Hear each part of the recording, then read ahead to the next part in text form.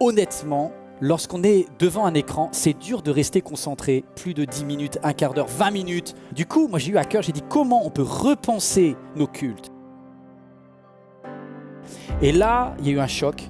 C'est qu'on a dit, il faut décloisonner, il y a trop de murs entre la louange, les offrandes, la sainte scène, la prédication, le message, tout ça. Je dis, on va faire un seul bloc ce qu'on appellera le message, dans lequel on va intercaler à la fois de la prédication, c'est le message parlé. C'est très intéressant d'allier l'image avec la voix. L'image, c'est important. C'est pas le plus important, c'est le message. Mais le message, il passe par la parole, il passe aussi par l'image. Et donc, c'est beaucoup de digitalisation, ce message digitalisé. Et enfin, c'est le fait de laisser, ça c'était la grande nouveauté du confinement, laisser les arts chrétiens s'exprimer à l'intérieur. Et donc, c'est d'accepter que le message parle à chacun selon sa langue. Le message, lorsqu'il est parlé, digitalisé, chanté, mimé, dansé, peint, peut-être qu'on va faire des peintures un jour. Je m'interdis aucun art du moment que la parole de Dieu, le texte, soit entièrement mis en avant. C'est ce que Dieu dit qui compte et après, on le décline, que le message soit porté. Ça, c'était la grande révolution. On ne sait pas exactement ce qui va se passer. Je sais une chose, c'est que ça ne sera plus comme avant dans ce lieu-là. On va juste être humble et on va s'adapter en fonction de ce qui va se passer. Voilà, aujourd'hui, pour pouvoir vivre le message sous ces trois formes, parler, digitaliser et interpréter, on a besoin qu'il y ait un plateau et un grand matériel. C'est colossal en fait le travail. Maintenant, j'ai une bonne nouvelle. Ah, je suis content, Dieu est bon pour nous. Avant la crise, Dieu avait anticipé. Et on était déjà en train de bâtir un bâtiment, mais tellement plus grand et tellement plus adapté. Donc au plus tard, à l'automne, on est sûr de basculer dans le bâtiment.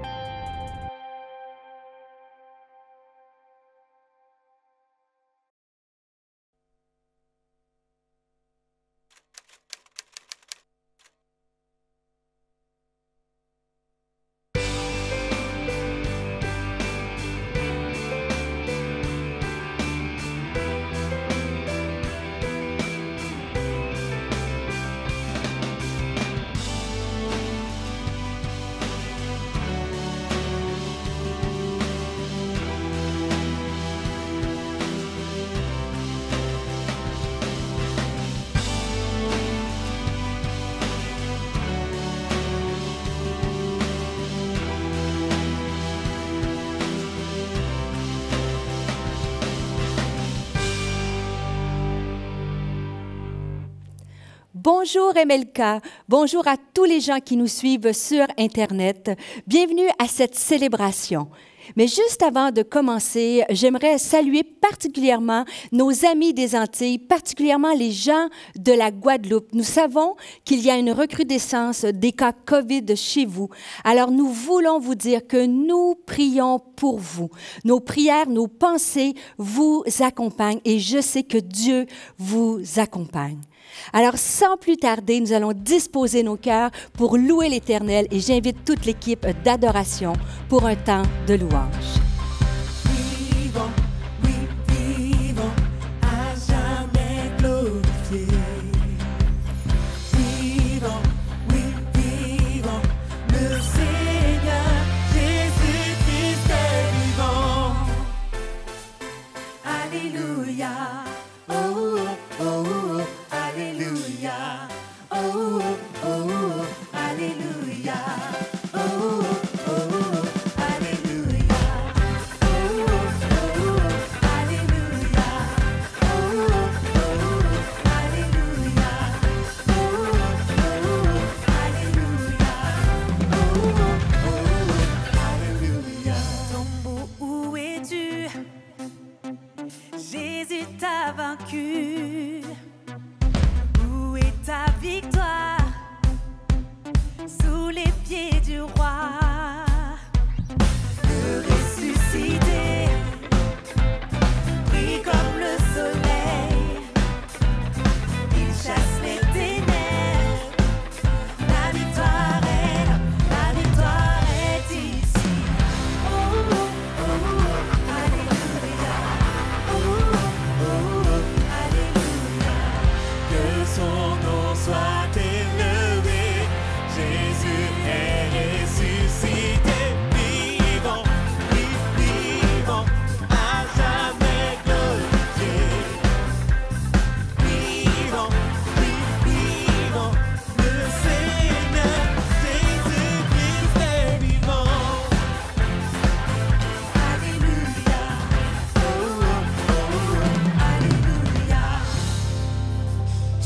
on va proclamer que Jésus est vivant.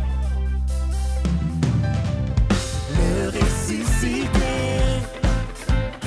brille comme le soleil. Il chasse les ténèbres. La victoire est là, la victoire est ici. Oh, oh, oh, oh, alléluia. Oh, oh, oh, oh, alléluia. Que son nom soit élevé. Jésus est ressuscité. Vivant, oui, vivant, à jamais glorifié. Vivant, oui, vivant, le Seigneur Jésus-Christ est vivant, vivant, oui, vivant, à jamais glorifié. Vivant, oui, vivant, le Seigneur Jésus-Christ est vivant. Nous allons proclamer la puissance de la résurrection qui vit en chacun de nous. Nous t'élevons. La même puissance qui écrase l'ennemi. La même puissance vit en moi. La même puissance qui écrase l'ennemi. La même puissance vit en moi. La même puissance qui écrase l'ennemi. La même puissance vit en moi. Vivant, oui, vivant, à jamais glorifié.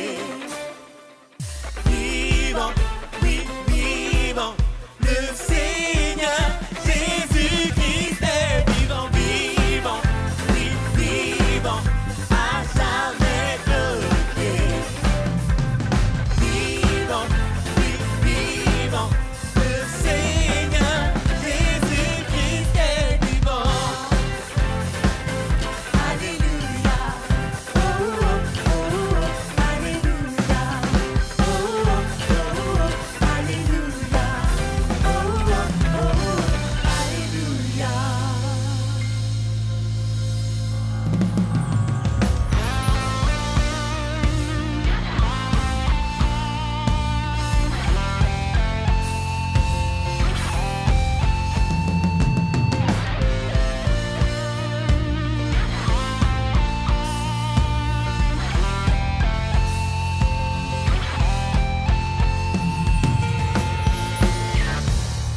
Ta promesse est vraie et ta fidélité durera jamais.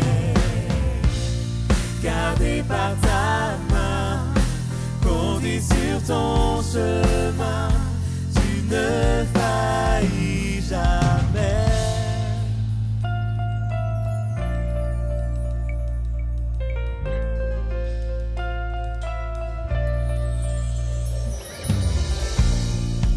Nous tenons face au mur. La victoire était sûre. Car tu ne nous as jamais laissés.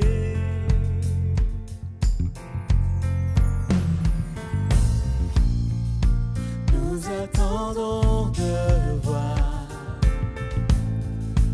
éclater ta victoire, dont tu ne nous as jamais laissés.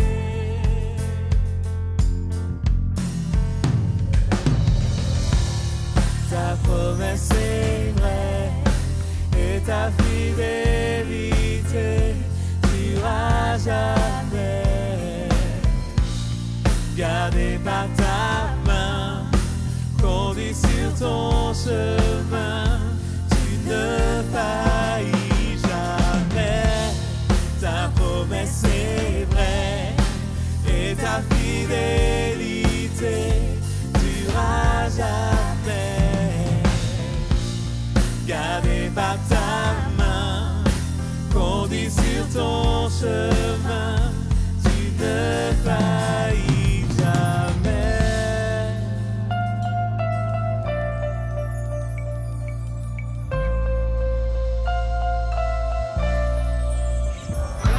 En cet instant, nous voulons proclamer que tu es Dieu. Tu n'es ni surpris, ni dépassé parce que nous traversons. Tu es le Dieu qui est au contrôle. Merci parce que tu es celui qui promet et tu es aussi celui qui accomplit. Tu es celui qui a fait, qui fait et qui fera. Mes yeux t'ont vu bouger les montagnes et je le crois. Tu peux le faire à nouveau dans le désert. Tu traces à la voie et je le crois. Tu peux le faire à nouveau. Mes yeux t'ont vu bouger les montagnes et je le crois. Tu peux le faire à nouveau dans le désert. Tu traces à la voie et je le crois. Tu peux le faire à nouveau. Tu peux le faire à nouveau.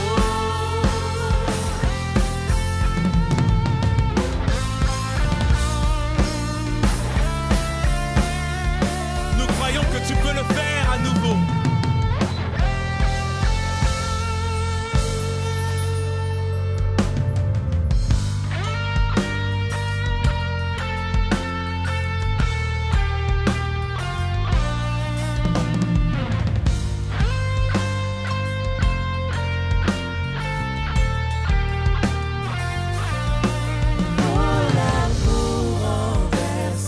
Extravagant, infini de Dieu, sans faiblir, il me cherche, il me conduit, me ramène à lui. Je suis indigne et sans mérite, mais pour moi tu t'es livré. Oh, l'amour renversant, extravagant, infini.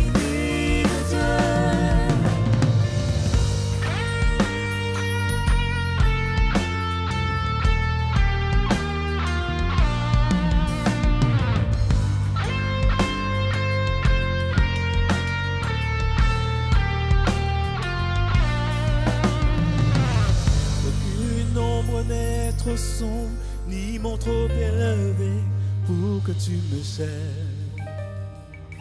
Aucun mur ne peut résister, ni mensonge tenir, sans fin tu me cherches. Aucune ombre n'est trop sombre, ni mon trop élevé pour que tu me cherches. Aucun mur ne peut résister, ni mensonge tenir, sans fin tu me cherches. Aucune ombre n'est trop sombre, ni mon trop élevé pour que tu me cherches. Aucun mur ne peut résister, ni mensonge tenir, sans fin tu me cherches. Aucune ombre n'est trop sombre, ni mon trop élevé pour que tu me cherches.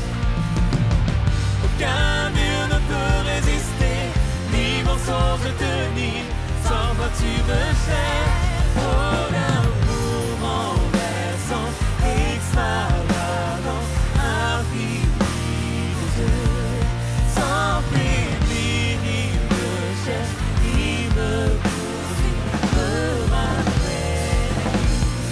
Je suis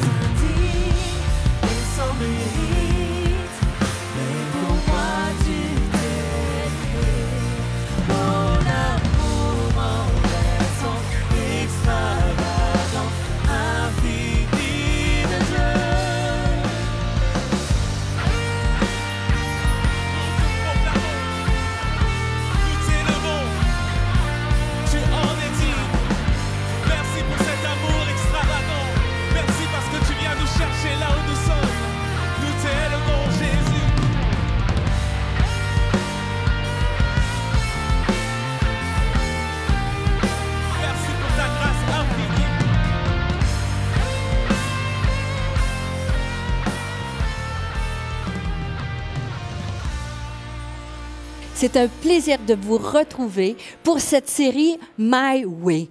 Nous avons vu la semaine dernière que le terme, l'expression My Way peut signifier toutes sortes de choses. Par exemple, en ce moment, sur Paris, en France, il y a une publicité, plein de publicités pour le nouveau parfum d'Armani qui s'appelle My Way. My Way peut éveiller aussi en nous la célèbre chanson de Frank Sinatra, tellement jolie. Peut-être que, alors lorsqu'on connaît cette chanson, ça trahit un peu notre âge, mais My Way, ça éveille ce chant célèbre. Mais en fait, My Way signifie bien plus qu'un chant, bien plus qu'un parfum. My Way est une expression qui dit « mon chemin ». En fait, c'est mon chemin, la façon de faire, ma façon de faire sur mon chemin. Et c'est exactement le cœur de cette série. Nous allons voir à travers ces enseignements comment il est possible de marcher sur notre chemin ou sur son chemin, my way ou his way. Et nous savons, chacun d'entre nous, nous savons que Dieu a des projets, il a des rêves, des destinées en réserve pour chacun et chacune d'entre nous. Mais si on est honnête, lorsque le chemin est long, lorsque la pente est escarpée ou abrupte par les soucis de la vie, par les pressions de la vie, il peut tous nous arriver, alors qu'on est fatigué d'attendre, de choisir notre chemin au lieu de son chemin. Cette série est basée sur l'histoire d'Abraham et de Sarah. Vous savez, ce récit, Dieu va leur révéler dans Genèse chapitre 12, il va révéler son plan pour leur vie. Il va leur dire Dieu va faire d'eux une grande nation et qu'ils seront une source de bénédiction. Pour voir la réalisation de cette promesse, ils ont dû parcourir un long chemin.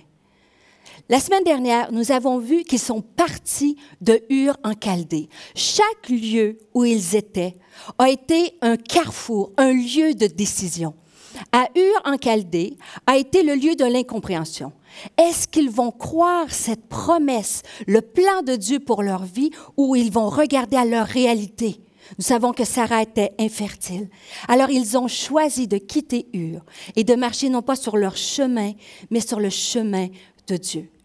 Par la suite, ils se sont rendus jusqu'à Charan, le lieu de décision, le lieu des petits fruits. Alors que Dieu leur a parlé, ils ont décidé, encore là, un autre carrefour.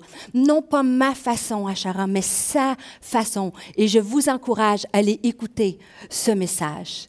Et alors qu'ils ont déplié leur tente à Charan, ils partirent encore sur le chemin de Dieu. Ils ont marché encore plusieurs kilomètres, des centaines et des centaines de kilomètres. Ils sont partis avec confiance, sachant que Dieu est le Dieu qui agit dans l'attente, sachant qu'il est le Dieu qui répond à la prière, même si le chemin est long. Et je vous ramène dans le récit, alors qu'ils quittent Charan et qu'ils arrivent à Hébron. Ils arrivent à cet endroit, ce lieu de bénédiction que Dieu leur a promis. Ça fait 10 ans maintenant qu'ils sont installés à Hébron, qu'ils ont planté la tente et toujours pas d'enfants. Après 10 ans d'attente, là où Dieu les voulait, Sarah ne tient toujours pas un enfant dans ses mains. Vous savez, on parle de my way, son chemin ou mon chemin. Mais j'aimerais aujourd'hui vous parler de son temps ou mon temps. L'attente est un des endroits les plus difficiles où on peut perdre confiance en Dieu et choisir notre chemin. Je ne sais pas comment vous réagissez dans l'attente. Je vais être bien honnête avec nous. De toute façon, je ne peux pas me cacher parce que tout le monde sait que moi, je déteste attendre. Vous savez, je ne sais pas si vous êtes comme moi, mais lorsqu'il faut réchauffer un plat au micro-ondes et Dieu est mon témoin, et je l'ai fait encore hier, lorsqu'il faut que ça mette 10 minutes de temps, je mets le plat, 2 minutes, je mets le plat, je ferme la porte, je mets le micro-ondes à 2 minutes et je stoppe le micro-ondes à 1 minute 30 parce que 30 secondes, c'est trop long pour moi. Est-ce que je suis la seule ou vous vous reconnaissez? Maintenant, tout va à un rythme complètement fou. Avec les commandes en ligne sur Internet, on peut commander un colis qui est à l'autre bout du monde et le recevoir en moins de 24 heures. Et quand c'est pas arrivé, en 24 heures, on est à la porte et on dit, mais qu'est-ce qu'ils font Amazon? Comment ça, ils sont en retard comme ça? Et la question que je veux vous poser, et on rit, mais la question que je veux vous poser est, comment réagis-tu dans l'attente? Et Joyce Meyer a dit, la patience n'est pas simplement la capacité d'attendre, c'est la manière de se comporter lorsque nous attendons. Comment te comportes-tu lorsque tu es dans l'attente? Sarah était dans cette situation-là. Sarah attendait encore la promesse de Dieu. Et après tout ce temps, elle a décidé de faire les choses à sa façon. Je vous rappelle le récit. Elle met en marche un plan qui est complètement sordide. Elle va mettre ce plan en exécution où elle va décider, elle va choisir sa servante, elle va l'utiliser pour donner cette servante-là à Abraham afin que de celle-ci vienne la descendance, sachant très bien que ce n'est absolument pas le plan de Dieu. Ceci est son plan. Ce geste d'impatience et de désespoir a été un échec total.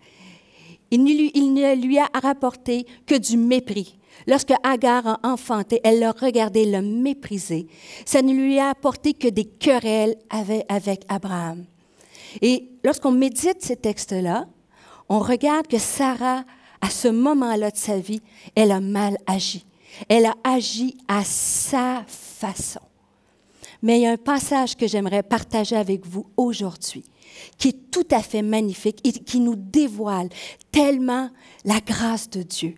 À Hébron, malgré son impatience, malgré leur impatience, Dieu s'est révélé à Abraham et à Sarah.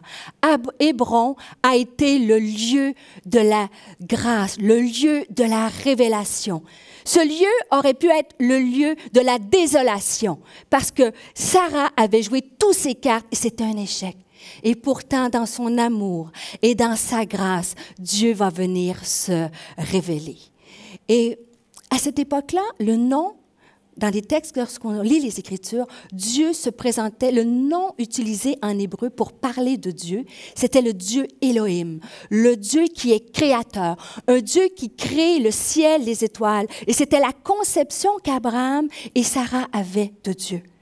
Mais on va regarder dans le texte, si on peut lire ensemble, dans Genèse chapitre 17 au verset 1. Et c'est magnifique, parce qu'en plein cœur de l'échec, c'est-à-dire lorsqu'Abraham fut âgé de 99 ans, ça fait des années qu'il attend la promesse. Et j'ai dit, lorsqu'Abraham fut âgé de 99 ans, et on pourrait faire même une petite parenthèse, et que la pauvre Sarah n'en pouvait plus, et qu'elle a agi à sa façon, elle a désobéi, Dieu ne s'est pas choqué. Dieu n'était pas en colère. Le texte nous dit, l'Éternel apparut à Abraham et lui dit, « Je suis le Dieu Tout-Puissant. » Peut-être que pour vous, ce matin, ça n'éveille rien. Vous savez qu'il est le Dieu Tout-Puissant. Mais pour eux, cette simple phrase « Je suis le Dieu Tout-Puissant » avait une connotation tout à fait particulière. Dieu, à ce moment-là, vient se révéler personnellement à Abraham. Parce que le terme hébreu utilisé, le Dieu Tout-Puissant, n'est pas en hébreu, c'est pas écrit Elohim comme il le connaissait. C'est la première fois, pensez-y, que Dieu va se révéler sous le nom de El Shaddai. El Shaddai signifie en hébreu le Dieu qui est effectivement tout-puissant, mais il est le Dieu qui est suffisant. Dieu est en train de dire à Abraham, ne te décourage pas, n'abandonne pas ma route. Tu as marché tous ces kilomètres, mais aujourd'hui, je suis celui qui est suffisant, qui peut tout dans ta vie. Et moi, je me rappelle, comme il y a ce texte-là, je peux l'appliquer dans ma vie. Je me souviens, comme si c'était hier, une fois dans ma vie où Dieu s'est révélé comme étant le Dieu Tout-Puissant, le El Shaddai, celui qui peut tout. Mais malheureusement, ça ne s'est pas passé comme ça avec des éclairs et avec des grands tremblements de terre. Je dis malheureusement, mais je devrais dire heureusement. Aujourd'hui, Dieu El Shaddai est ici. Il est chez toi, dans ta maison, comme il a été à ce moment-là pour moi. Et alors que je vivais un moment extrêmement difficile, moi, vous savez, j'ai un arrière-plan scientifique, donc j'ai étudié beaucoup dans la compagnie où je travaillais au niveau de l'oncologie du cancer. Donc, tous les processus, les mécanismes au niveau du cancer, je connais bien. Et je viens en plus d'un arrière-plan. Ma mère est décédée très jeune. Elle a eu un cancer du sein par la suite, un cancer du pancréas. Et dans ma famille, du côté maternel, il y a plein de gens qui ont le cancer et qui sont décédés. Et alors que je venais d'accoucher de mon deuxième enfant, Jérémie, il était tout petit, il avait à peine 6 mois, et je l'ai emmené chez le pédiatre, et le pédiatre, on voyait que cet enfant-là était malade. Il n'avait pas beaucoup de réactions, et il commençait à faire des fièvres. Il a fait 40 jours de fièvre sans arrêt, avec convulsions. Et après un certain temps, j'ai appelé le médecin, il m'a dit « Rends-toi aux urgences, c'est important ».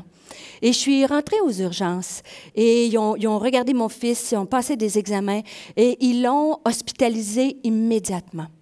Dans les heures qui ont suivi, alors j'étais bien inquiète, j'ai appelé mon mari. J'ai dit, Luc, viens me rejoindre à l'hôpital, il se passe quelque chose de vraiment grave avec notre garçon. Et vous savez, les pensées commencent à venir dans ma tête. Je commence à penser, bien sûr, c'est ça, ta mère a un cancer, ta tante est morte du cancer, ta mère est décédée du cancer. Effectivement, c'est ce que je craignais. Le pédiatre est entré dans la chambre et on dit, Madame, on croit avec la formule sanguine de votre garçon n'est pas très bonne. Et on croit que votre fils aurait un cancer. Et on va lui faire passer des examens, on va injecter la radioactivité. Et demain, on va passer un scan, un IRM, puis on va pouvoir avoir un diagnostic. C'est comme si le monde venait de s'écrouler. Et pourtant, je suis une femme qui connaît Dieu. Je suis une femme, je me considère assez combattante, combative dans les difficultés.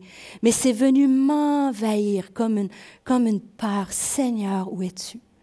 Mon mari m'a dit, je dois quitter, aller s'occuper de notre garçon plus vieux. Il m'a dit, Stéphanie, je vais t'envoyer une amie à toi, si tu veux. Elle va venir dans cette chambre d'hôpital-là, et elle va venir prier avec toi. Et j'ai regardé mon mari, et j'ai dit, non, laisse-moi, je veux être seule.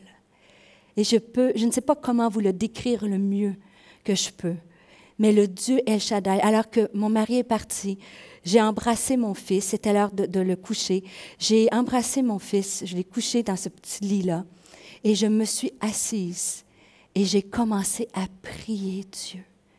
Il n'y a pas eu aucun éclair, aucun tremblement de terre, mais la paix de Dieu, le Dieu El Shaddai est venu juste calmer mes craintes et mes peurs. Je n'étais pas à Hébron, j'étais dans une simple chambre d'hôpital, mais dans ce lieu, El Shaddai est venu se manifester, le Dieu suffisant. J'aimerais enlever des mythes et des clichés et te dire que El Shaddai est ici aujourd'hui même, dans ton besoin. Il connaît ton besoin. Et ce Dieu suffisant-là peut venir se révéler à toi aujourd'hui. Si tu es face à la maladie, tu es face à un deuil, tu es face à une détresse, à un divorce, à toutes sortes de choses, El Shaddai est ici. Ô Dieu créateur, là au départ, bien avant le début des temps.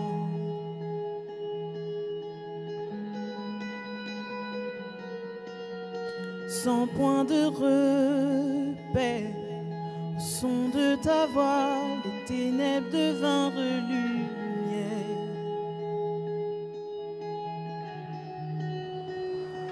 Et quand tu pars,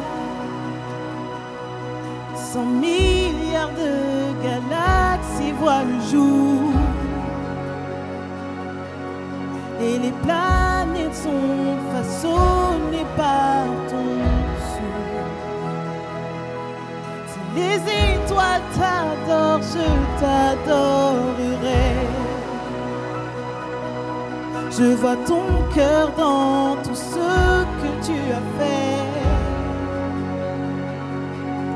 Chaque étoile qui brille témoignant de ta grâce. Si la création te loue, je te louerai.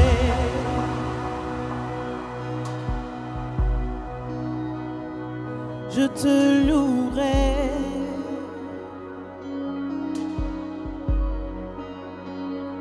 Je te louerai.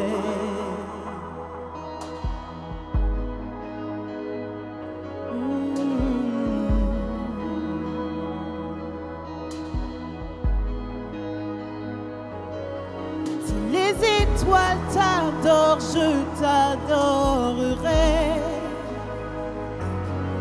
Si les montagnes s'inclinent, je m'inclinerai. Si les mers t'exaltent, je t'exalterai. Car si tout sur terre existe pour te louer, je te louerai. Si les vents suivent ta direction, je suivrai. Si les pierres silencieuses chantent, je chanterai.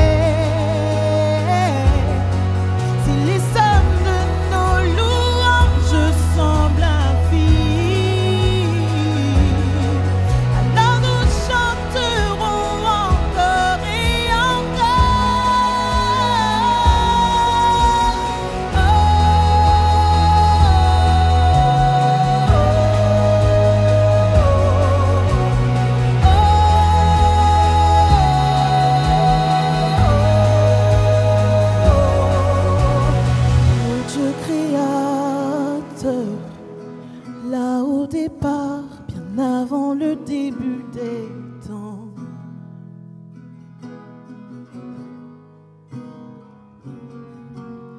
sans point de repère, au son de ta voix, les ténèbres devinrent lumière.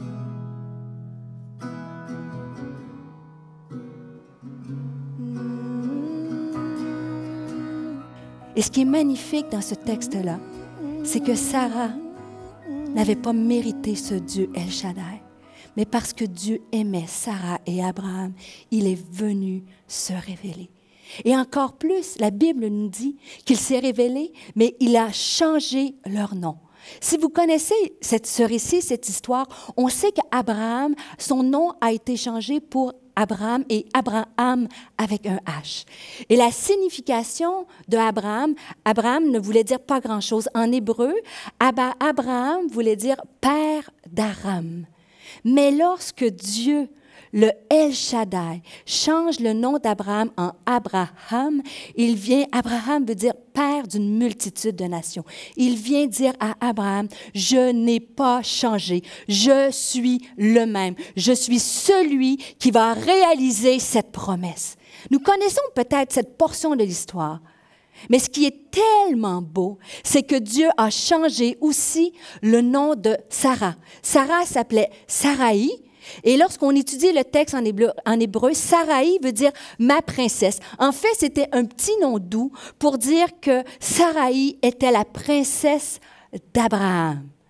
Mais lorsque Dieu vient, et je vous rappelle, imaginez cette femme, alors qu'elle sait qu'elle a fait à sa façon, Dieu fait fi de ses actions. Dieu se révèle et il va dire non, tu n'es plus simplement Saraï, la petite princesse d'Abraham, mais tu seras princesse des nations. Dieu veut changer notre nom encore aujourd'hui et Dieu veut nous révéler qu'il est le Dieu Tout-Puissant, qu'il est le Dieu de la grâce, qu'il est le Dieu de la miséricorde. Il est celui qui entend tout, qui voit tout, mais il est celui qui peut tout.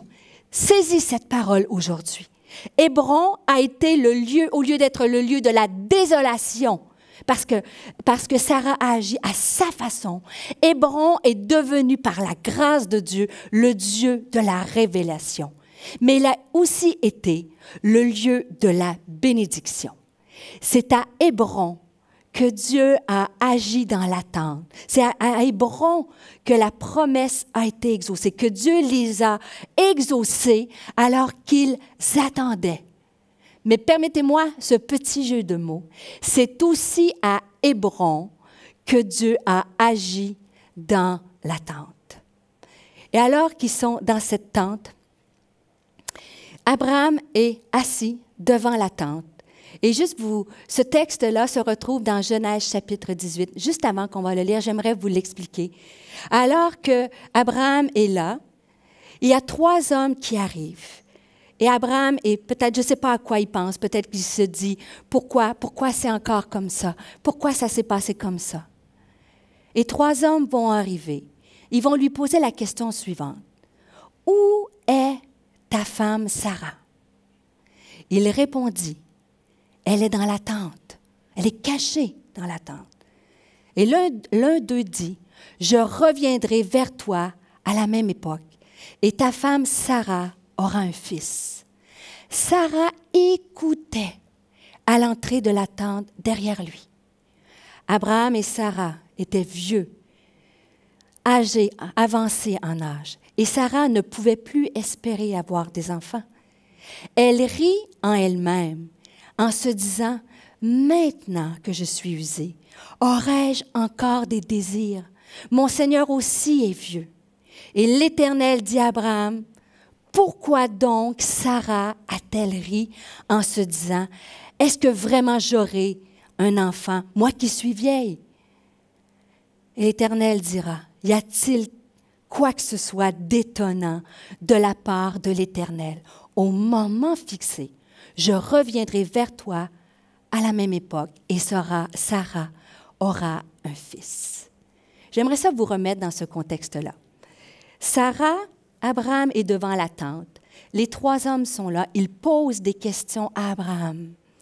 Et alors que personne ne la voit, alors qu'elle pense que personne ne la voit, Sarah était dans cette fameuse tente et elle écoute et elle entend encore cette promesse. Cette femme, la Bible nous dit qu'elle a ri, elle a eu un rire d'amertume. Tchekak, le mot hébreu pour rire, c'est vraiment amertume. C'était un rire de sarcasme. Alors qu'elle pense que personne la voit, elle exprime. Je suis sûre qu'au fond d'elle, elle devait se dire, hey, ça suffit.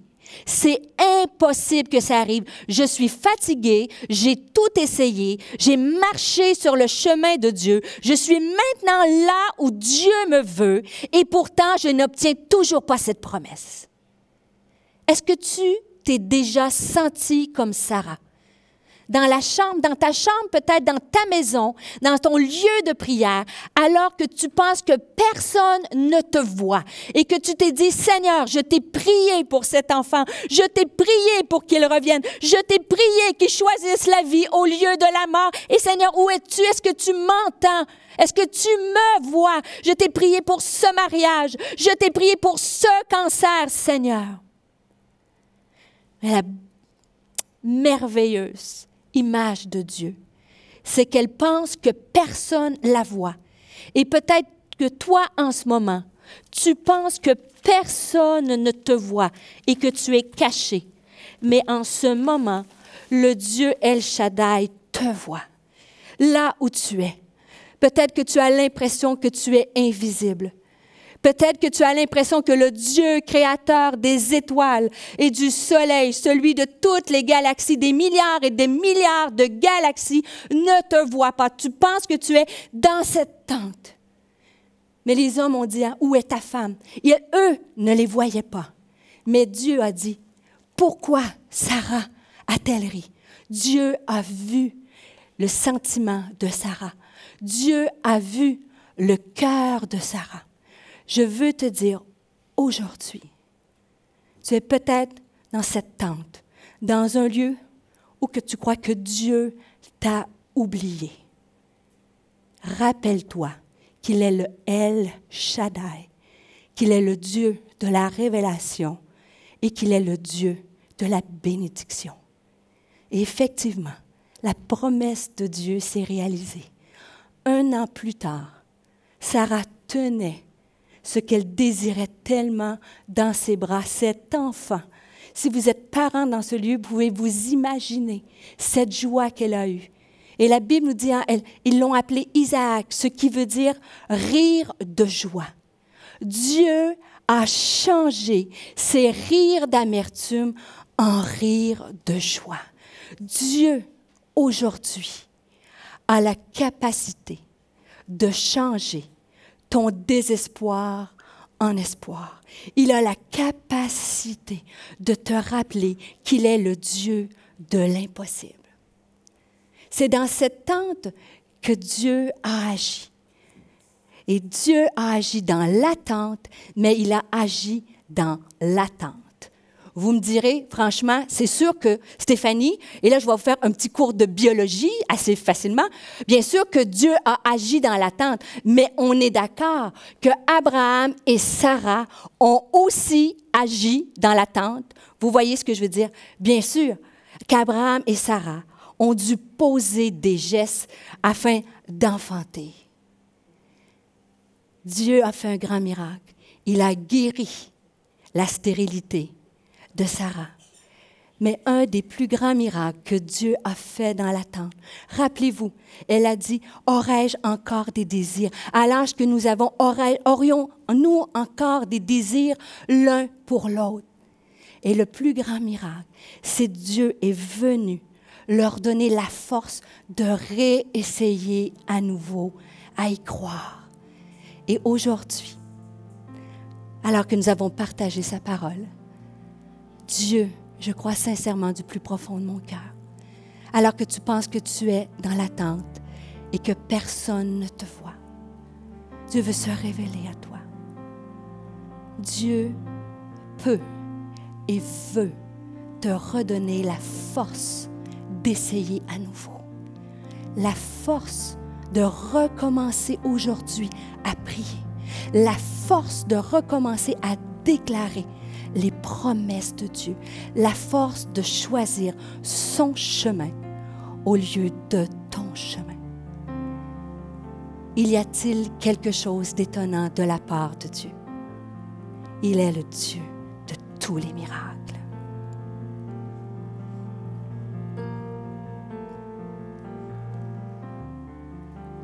Celui qui fait voir les aveugles est présent ici devant moi, est présent ici devant moi.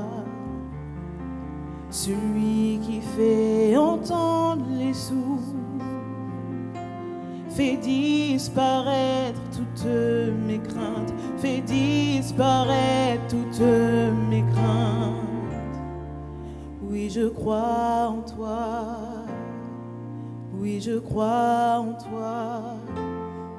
Tu es le Dieu des miracles. Oui, je crois en toi. Oui, je crois en toi. Tu es le Dieu des miracles. Celui qui peut faire l'impossible me rejoint pour me restaurer, me rejoint pour me restaurer. Celui qui a vaincu la mort, sa vie se répand dans mes veines, sa vie se répand dans mes veines. Oui, je crois en toi. Oui, je crois en toi. Tu es le Dieu des miracles. Oui, je crois en toi. Oui, je crois en toi. Tu es le Dieu des miracles.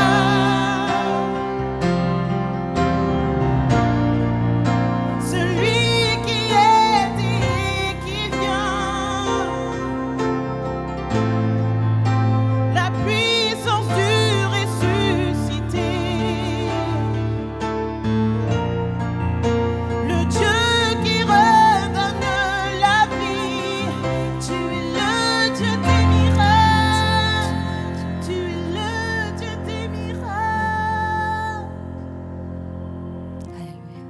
tu as écouté ce message?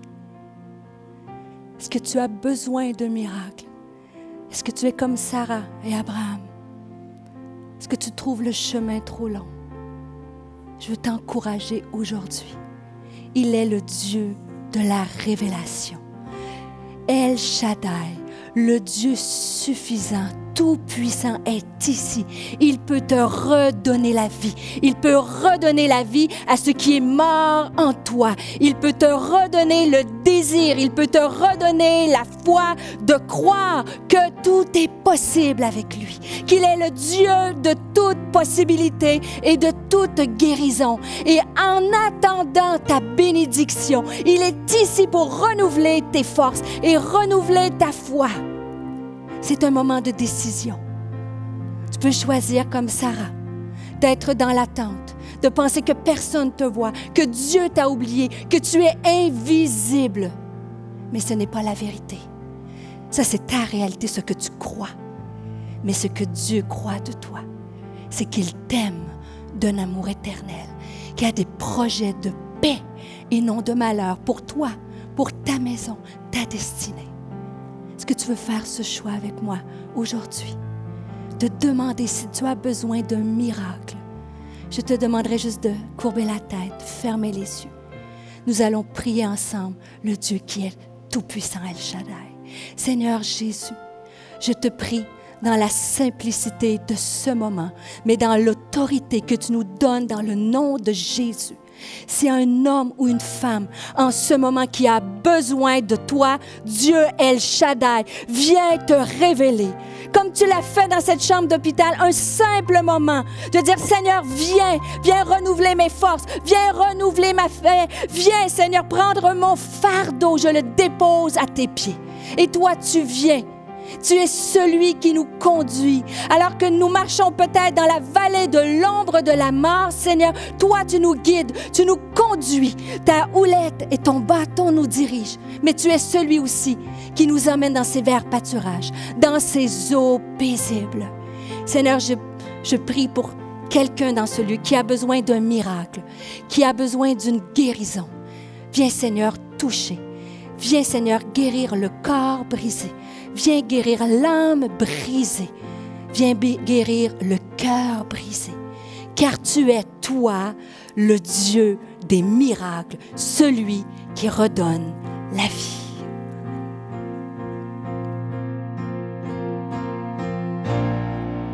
Celui qui est et qui vient, la puissance du ressuscité, le Dieu qui redonne la vie. Tu es le Dieu des miracles, tu es le Dieu des miracles. Oui, je crois en toi, oui, je crois en toi. Tu es le Dieu des miracles. Oui, je crois en toi. Oui, je crois en toi. Tu es le Dieu des miracles. Oui, je crois en toi. Oui, je crois en toi. Tu es le Dieu des miracles.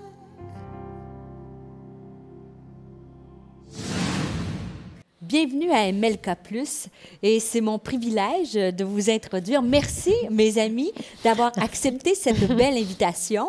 Et comme je sais, le sujet est peut-être un petit peu difficile parce qu'on parle, comme on a écouté aujourd'hui, mon chemin ou son chemin. Alors, c'est pas toujours facile et je voudrais savoir un peu, est-ce que vous avez déjà été dans une situation où vous étiez confronté à ce carrefour de vie, de dire son chemin ou mon chemin? Je vais commencer avec toi, Christine, si tu veux un peu nous raconter. Oui, alors on est parents de 4 filles. 4 filles, Voilà. quand même. Il y avait un peu votre chemin, là, quand même. Oui, voilà, tout à fait. On a fait notre part sous la tente. Sous la... Non, mais donc elle est née à un moment donné en grandissant. Elle a commencé à faire des choix qui n'étaient pas les nôtres, enfin du moins ceux qu'on avait prévus pour elle. Comme toute maman, je pense des fois on projette des projets ou des rêves sur nos enfants. Et puis quand on voit que ça ne se passe pas comme on avait prévu ou qu'on pensait que ça allait se passer, en fait ça crée une tension en moi, ça a commencé à me créer une sorte de pression. Et cette pression, je la remettais sur elle en permanence. Et je la voyais s'éloigner des voies de Dieu. Elle a commencé à fréquenter... Quel âge elle avait 19 ans. Elle avait 19 ans, Ouais. OK. Elle Et a puis ton cœur de mère, Ouais. qu'est-ce que dis-moi, les sentiments, c'était quoi quand tu... Vous savez, les mamans, on protège, on veut, on espère, Ouais. et puis surtout quand c'est une fille, hein, un garçon aussi, C'est mais les ça. filles, on veut les protéger. Quels étaient les sentiments, ton ressenti? Qu'est-ce que tu vivais à Je ce crois que moment? c'était contradictoire parce qu'on les confie à Dieu, nos enfants. Mais un peu comme Sarah, on a envie de mettre notre main, en fait, de faire notre part, enfin, de faire la part de Dieu des fois même. Et donc j'ai commencé à faire beaucoup d'efforts et de poser beaucoup d'actes, mais qui étaient mon chemin envers elle, dans mon attitude, dans mes paroles. La ramener dans le droit chemin. Et puis voilà. Et puis elle a commencé à fréquenter un garçon qui était une relation toxique. Elle est vite tombée dans la dépendance affective et je la voyais sombrer en fait sous mes yeux sans pouvoir, malgré tous mes actes posés, malgré tous mes efforts, c'était comme si que j'avais plus de pouvoir en fait, j'avais plus d'impact. Et ça a duré combien de temps, toute cette période, ce chemin-là? Ça a duré quand même plusieurs années. Ah ouais? Et à un moment donné, je me rappelle, une nuit, j'ai fait un rêve et je voyais un oiseau dans la chambre et j'essayais de l'attraper, cet oiseau. Et cet oiseau essayait de s'enfuir en fait de la chambre. Et donc je fermais les fenêtres. J'étais très agitée. J'essayais de colmater tous les trous. Et puis à un moment donné, l'oiseau est parti et je me suis réveillée en sursaut.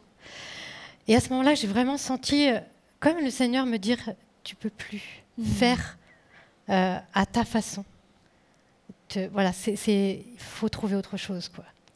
Et donc j'ai crié au Seigneur. Je dis Seigneur, aide-moi. Qu'est-ce que je dois faire? Qu'est-ce que je dois faire maintenant? Et c'était à ce moment-là l'écoute du chemin de Dieu. Un peu comme Sarah, j'ai dû être attentif au chemin de Dieu. J'ai laissé tomber mon chemin. Et c'est vraiment comme si j'avais entendu la voix de Dieu me dire aime-la, lâche et aime-la. J'ai donc déposé ma fille au pied du Seigneur. J'ai vraiment lâché prise en fait. J'ai compris que c'était pas moi, par mes paroles, par la pression que je pouvais lui mettre, parce que ça créait quoi? De l'amertume dans mon cœur en fait. Ah ouais? Ça a créé de la colère dans mon cœur. Juste la colère, tu étais rendue dans un sentiment de... J'avais du mal à la prendre dans mes bras. Ah ouais. Elle était rendue, ça t'avait blessée. Je voyais plus ses qualités. Ouais. Alors que pourtant, elle a tellement de qualités, ma fille. Mais à ce moment-là, en fait, c'était le mauvais chemin parce que ça créait pas du bon fruit en moi. Et quand j'ai lâché, que j'ai commencé à laisser l'amour de Dieu en fait remplir mon cœur pour elle, la situation n'avait pas changé. J'aime que tu dises ça parce que souvent, on pense qu'on a cette paix-là quand la situation change. Non. Mais avec Dieu, il est possible d'être heureux, d'être en paix, malgré des problèmes non résolus. Exact. Et en fait, c'est ça le Dieu de la révélation. Donc, j'aime beaucoup que tu me dises, la situation n'a pas changé, mais Dieu était là, parce que c'est là qu'il faut s'accrocher. C'est ça. Parce que des fois, l'histoire, elle ne se termine pas toujours bien. Mais Dieu, lui, est fidèle, il est toujours là pour être avec nous, nous porter. C'est ça. Je passais évidemment, au niveau émotionnel, des périodes de découragement, mais en fait, j'avais ma ligne de conduite. Okay. Aime-la, lâche, laisse-moi faire, juste aime-la. Et ça, tout doucement, mon cœur a changé. Mon regard sur elle a changé. Je voyais l'offense, fait qu'elle me faisait. Enfin, c'est fou parce qu'elle était en souffrance. Hein. Dans sa situation, elle n'était pas épanouie. Je la voyais vraiment s'abîmer, en fait. Mais moi, j'arrivais que je ne voyais plus ça. Parce que j'étais tellement centrée sur moi qu'en me décentrant, en regardant à Dieu, j'ai commencé à voir son cœur, comme Dieu voyait son cœur. Ça a changé complètement ma façon de... Et j'avais une paix. Je savais que le Seigneur s'en occupait, en fait. Tout doucement, j'ai appris à changer mon langage. Avant, j'étais toujours dans la plainte. Et après, quand j'ai commencé à laisser le Seigneur faire, en fait, j'ai appris à dire « le Seigneur s'en occupe ». Le Seigneur n'a pas dit son dernier mot. J'avais été à une de tes conférences en Suisse, et d'ailleurs, tu avais dit « et si on arrête le film là ?» Je ne sais pas si tu te souviens. Enfin, moi, ça m'avait impacté. J'étais dans cette saison Que la de fin de l'histoire restauration n'est dans jamais mon cœur. terminée. C'est ça. Tant que le mot fin n'arrive pas au générique. C'est ça. Et du coup, régulièrement, j'avais cette idée aussi de ce film. Non, le Seigneur n'a pas dit son dernier mot. Et du coup, au lieu d'être dans les plaintes et d'acter, en fait, par mes paroles, une situation négative et de confesser quelque chose de négatif, je confessais la puissance de Dieu dans sa vie. Le Seigneur est en train d'agir dans sa vie. Ça ne se voit pas encore, mais il est en train de le faire.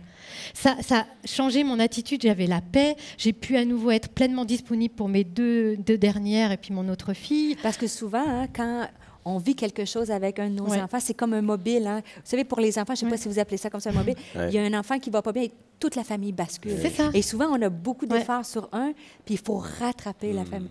Et c'est exactement ça, hein, que Dieu nous aide à reprendre un peu son chemin, à bâtir cette maison-là. C'est ça. Et la fin de l'histoire, dis-nous. Alors c'est vrai qu'on pourrait dire, bon ben là, t'étais bien parti, il y a le fruit qui arrive. Ouais. T'es rendu à Canaan, Hébron, la bénédiction, mais pas tout de suite encore. Non, en fait, je le savais pas, mais il allait y avoir... Je priais avec une amie, et une fois, elle me dit, tu sais, je vois une vague qui arrive. Ah, je dis non, en plus, moi, j'ai un peu peur de l'eau, surtout quand j'ai pas pied. Et je lui dis, non, tu peux pas me parler de ça, en plus, une image d'eau, une vague. Elle me dit, oui, là, ça va te submerger. J'ai fait non. Et là, elle me dit, il va falloir que tu t'accroches au rocher. Ah, je dis, ok, bon, merci Seigneur. C'était comme si qu'à chaque fois, vu que j'étais sur son chemin, il me donnait les indications sur ce chemin que je devais parcourir. Et je suis vraiment tellement reconnaissante. Quand on lâche prise, en fait, on laisse Dieu être Dieu dans sa situation et il commence à nous aider, à nous accompagner, à nous montrer le chemin comme on doit le faire. Et des fois, c'est paradoxal. Hein. Moi, je dis souvent, Dieu est un Dieu de paradoxe. C'est-à-dire que... Bon, je fais une blague, mais je m'amuse à raconter. Moi, je trouve que des fois, j'ai des meilleures idées que Dieu. Oui, non, mais on a l'impression des fois. C'est-à-dire que, il me semble que le chemin, la façon dont je pense, prendre soin de mes enfants, tu sais, les rêves qu'on a pour nos enfants, on a tous des rêves. Et quand c'est pas comme ça, je me dis, mais Seigneur, il me semble que mon plan était meilleur. Mais en fait, Dieu, hein, les pensées de Dieu, c'est exactement ça qui t'est arrivé. En marchant sur son chemin, il t'a fait voir cette paix-là. Et je pense qu'il s'est passé des belles... Après cette vague-là, il y a eu une grosse vague. Oui, quand même. Quand même. Ouais.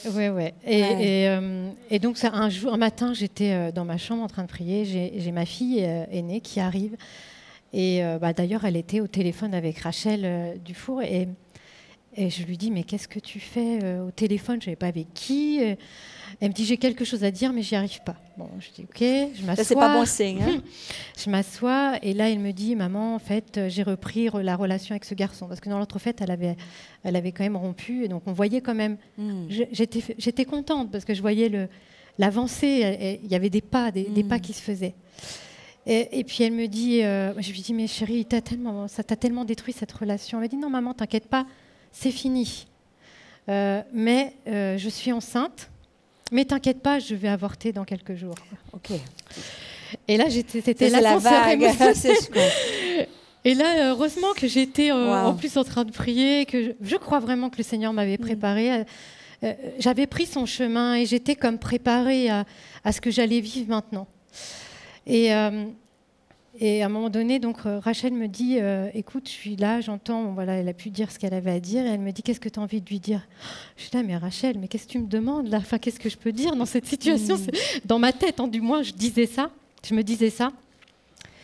Et à ce moment-là, vraiment, comme j'étais prête, en fait, je lui ai dit, écoute, ma chérie, tu es ma fille, je t'aime, que tu fasses le choix de l'avortement ou pas, tu es ma fille, je t'aime. C'est beau quand même. Et je ne pensais pas que j'étais capable de dire ça. Mais je crois qu'il y a des moments comme ça, on sent que ce qu'on va dire là, ça va impacter toute la vie.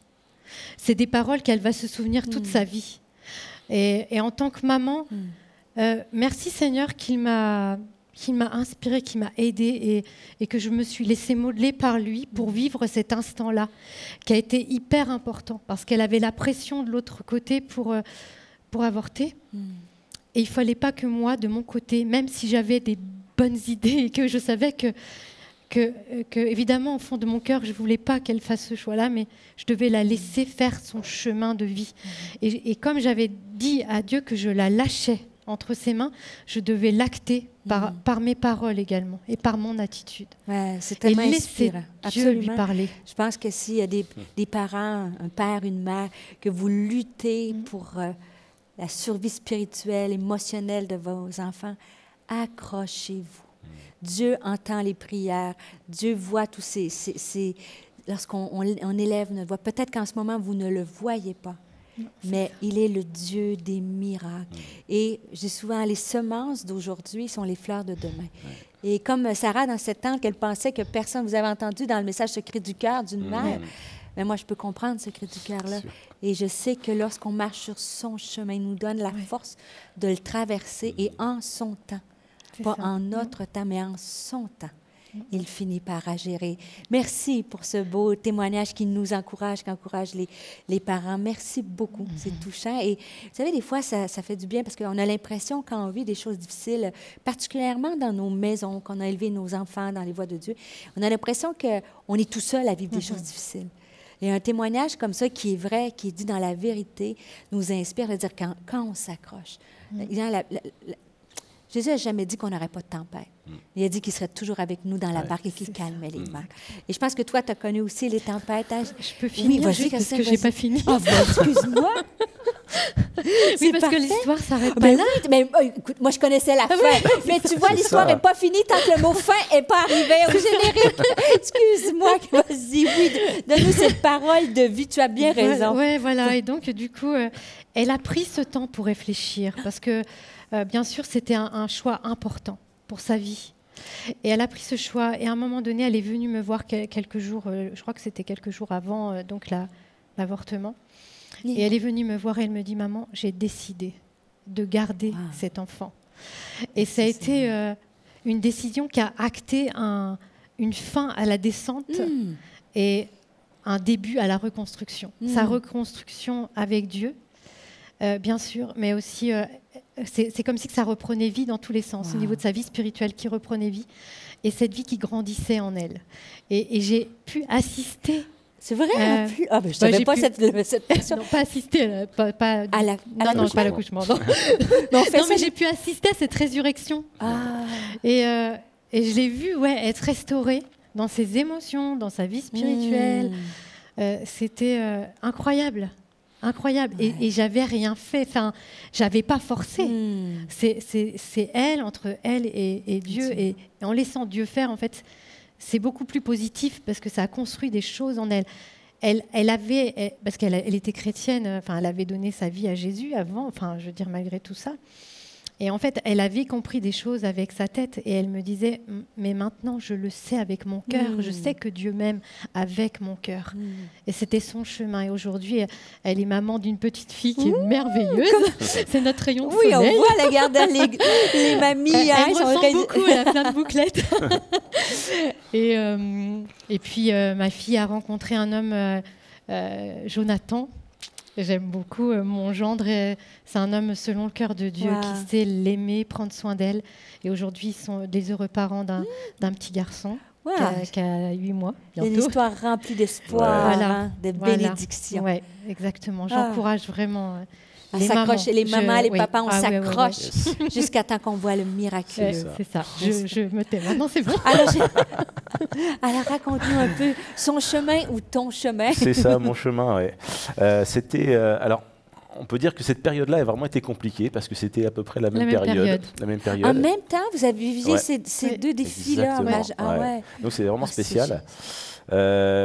Quelques mois avant, quelqu'un nous avait dit, j'ai une parole pour vous, et donc c'était, je vois comme une porte, quelqu'un qui se dresse devant une porte et qui vous empêche de passer. Mais ne soyez pas effrayés, à un moment donné, il devra bouger et vous laisser passer. Et on n'avait pas compris cette parole à l'époque, puisque c'était un peu énigmatique.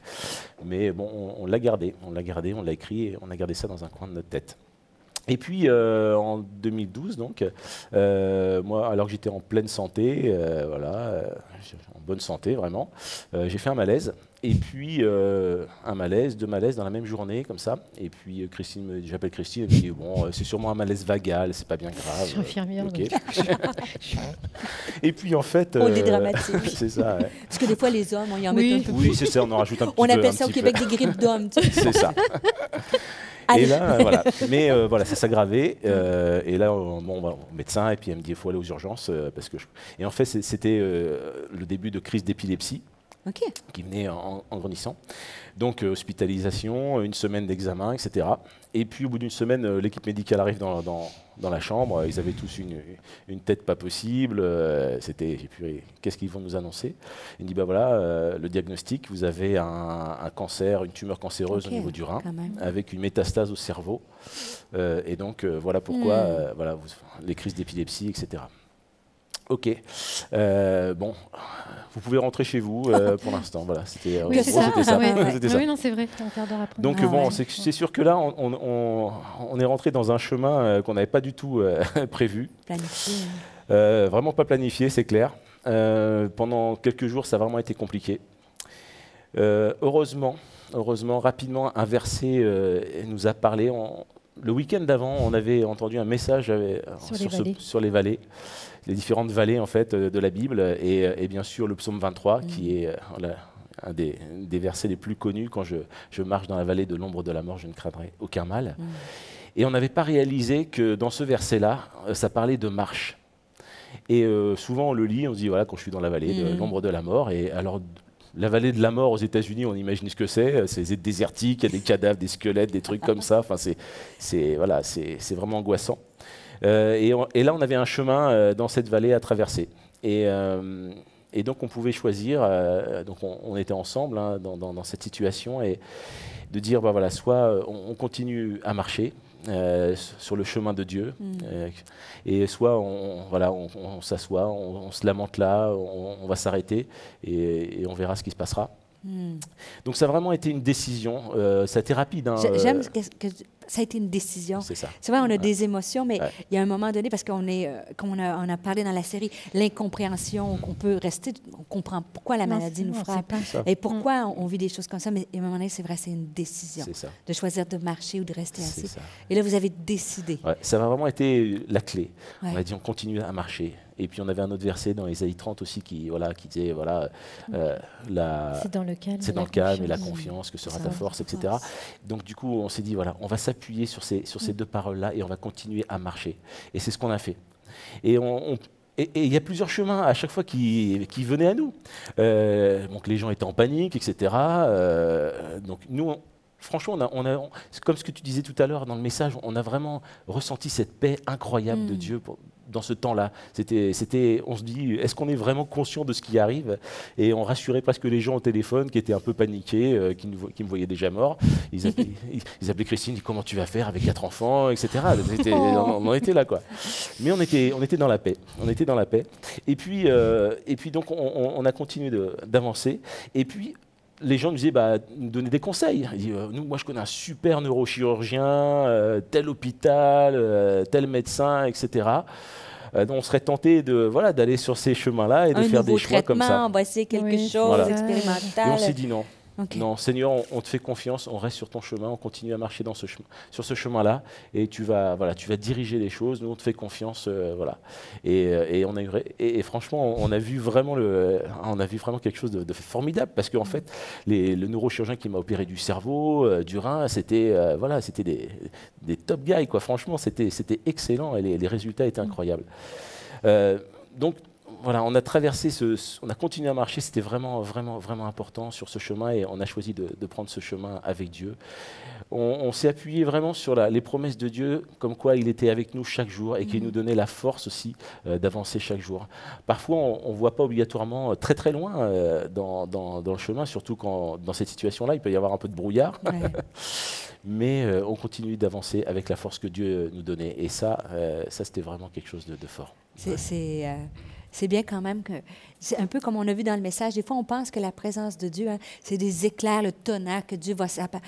Et dans les moments les plus simples d'une chambre d'hôpital ou dans un lieu de prière, une mare. Et je veux vous encourager à rechercher sur votre chemin, parce que c'est certain, quand le chemin est long, et on est fatigué, on a besoin de la force de Dieu. Hein, on n'est pas des super-héros, au contraire. Et la Bible nous dit, c'est quand je suis faible que c'est alors que je suis fort.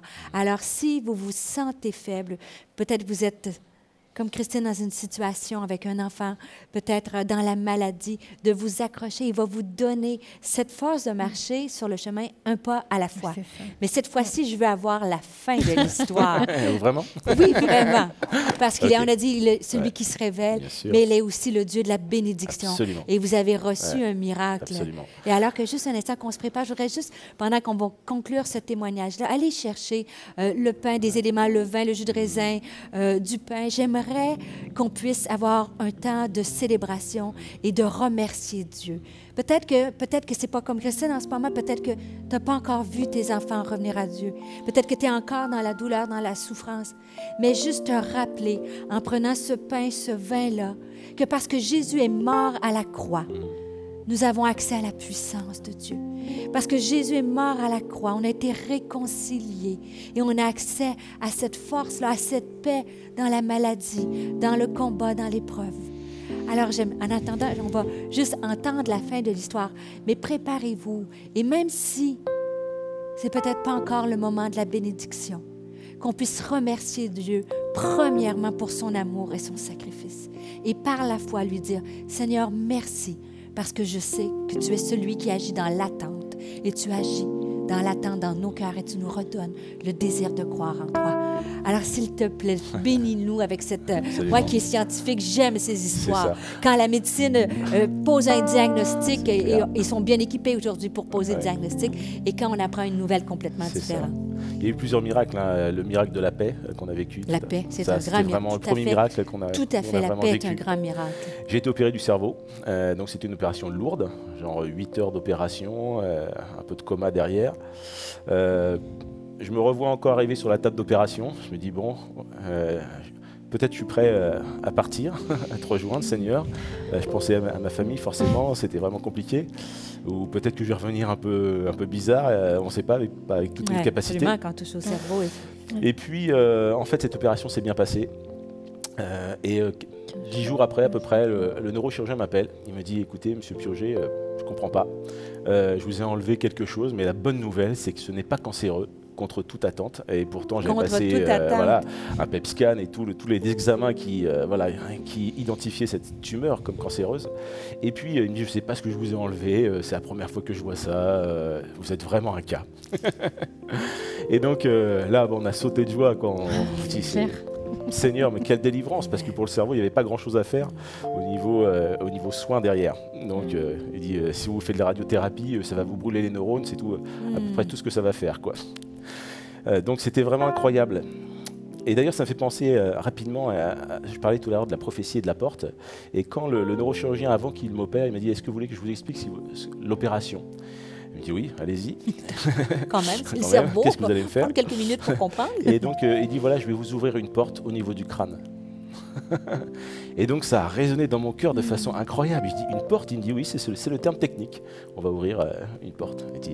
Et là, voilà, il dit, Dieu est au contrôle et Dieu est là, quoi. Et il le savait, en fait. Et donc, voilà, j'ai été opéré du cerveau. J'ai mis quelques semaines à me remettre quand même. Mais bon, très peu de séquelles, en fait, derrière. J'ai pu être accompagné avec des amis qui m'ont encouragé à pouvoir remarcher, recourir même derrière. Et puis, quelques mois après, j'étais opéré du rein. Là, c'était cancéreux. C'était, mais très localisé. On a pu m'enlever qu'une partie du rein, en fait. Et puis, depuis, ça va très bien. J'ai pas eu de traitement derrière, ni chimiothérapie, ni radiothérapie, ni quoi que ce soit. Ça a vraiment été une grâce. Ça a vraiment changé ma vie. Là, j'ai pu rentrer sur un nouveau chemin. Ça a changé beaucoup de choses, de priorités dans ma vie, par rapport à ma famille, ma position, mon emploi du temps, mon agenda. Il me reste beaucoup de cicatrices de toutes ces opérations-là. Mais c'est une preuve de l'action et du miracle de Dieu dans ma vie. Et donc ça a vraiment été comme un virage et un tournant dans ma vie, mais tellement appris de choses pendant ce temps-là. Et aujourd'hui, je veux vraiment le remercier.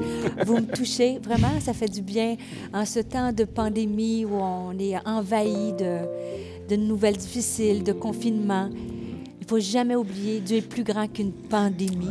Et Dieu est capable de guérir encore, de ramener nos enfants. Et j'aimerais qu'on puisse partager ensemble. Si vous voulez, on va prendre le pain, le vin. Je vous encourage à le faire à la maison. Juste de prendre. On va prendre les éléments et après ça, j'aimerais qu'on puisse prier. Est-ce que tu aimerais prier? Bien sûr. Amen. On va prendre le pain.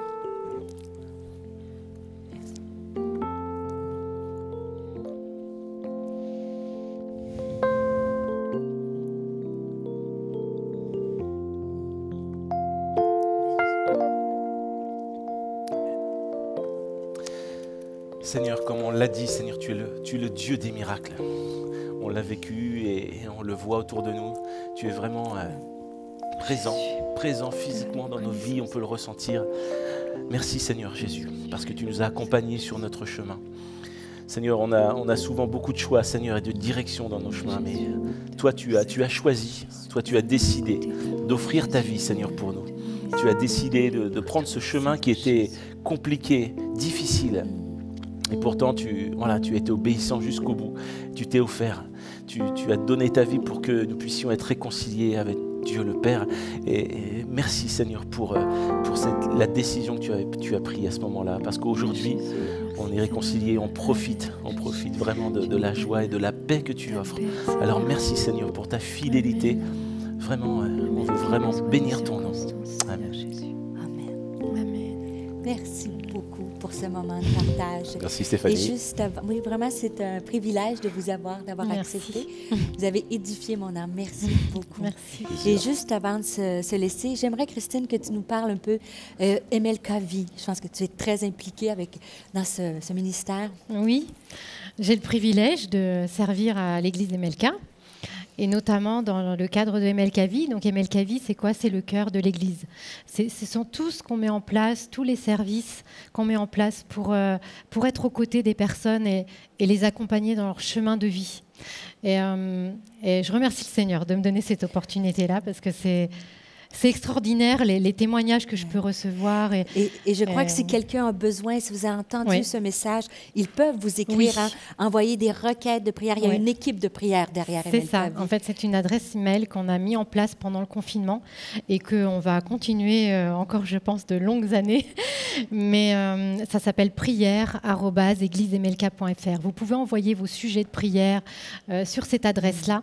Derrière, il y a des équipes de prière qui prient pour ces sujets et on voit la bénédiction de Dieu, on a aussi une adresse témoignage, églisemlk.fr. Et je vous encourage aussi à écrire sur cette adresse parce que ça nous encourage de voir les résultats aussi de la prière et de l'action de Dieu dans vos vies. Donc, n'hésitez pas à contacter l'équipe. Vous avez besoin, vous n'êtes pas seul. Non. Il y a des gens qui sont là pour vous. Je veux vous inviter à vous inscrire aussi pour les réunions, les cultes en présentiel sur le site Internet de l'Église. Les cultes sont à 10h, 14h et 17h avec un temps de louange fantastique, la prédication de la parole. Et si vous voulez nous encourager, vous pouvez le faire aussi en écrivant à jeveusdonner.fr.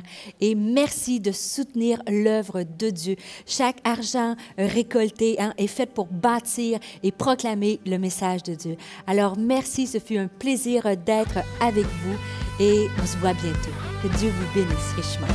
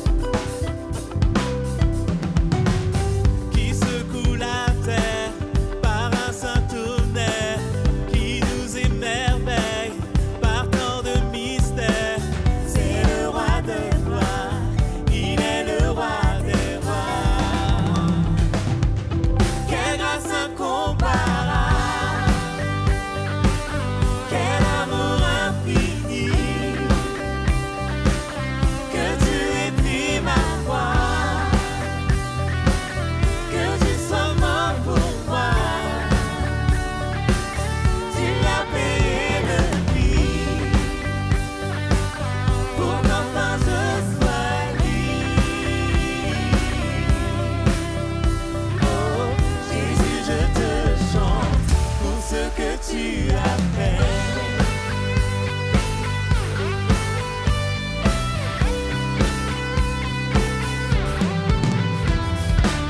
Qui ramène la paix dans la confusion, change les orphelins en fils et en filles. C'est le roi de gloire, il est le roi des rois. Qui règne sur les peuples dans la vérité, brille comme le soleil de tout son éclat. C'est le roi de gloire, il est le roi des rois. Quelle grâce incomparable, quel amour infini, que Dieu ait pris ma croix,